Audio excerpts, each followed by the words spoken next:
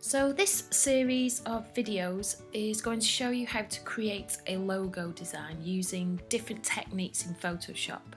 So you can see here on the right that I've created a quick logo, and there's lots of different parts to it, different techniques that you can use, and I'm going to show you how to get to this from a sketch like this.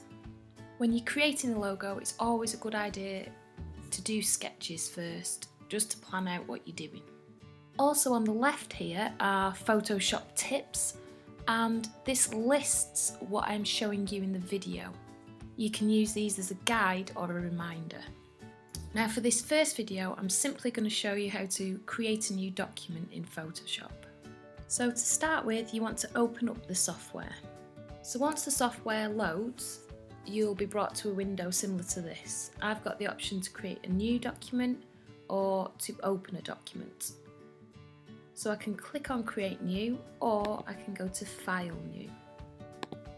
A dialog box similar to this will then appear, and you can start to enter in your requirements. So to start with, on the right here, we can choose the width and the height of our document.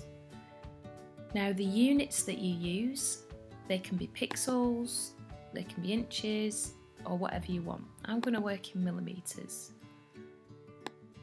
So if I set up a document that's 250 millimeters by 250, so it's square.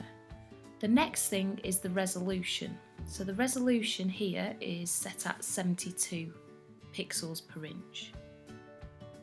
72 is for screen display only, things like websites. If you want to use your artwork, what you're creating, for printing, you want to change it to 300.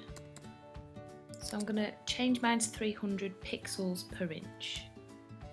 That just means that the image will stay clear and of a good quality. The last thing that you want to look at when you're creating a new document is the colour mode. RGB is used for screen again, things like websites, and CMYK is what we use for print. So because we're making a logo, I'm going to set it at 300 and CMYK. And then I'll go ahead and click Create. It then opens up the new document into the workspace, and you've got this white area that is your canvas. The last thing on this video, and probably one of the most important things you have to do in Photoshop, is save your document. So you're going to go to File, Save As, and you're going to choose the place where to save it. You then name your file and make sure that it's a Photoshop document. Okay, this is so it keeps the layers and so that you can edit it. Click Save. And you're ready to go.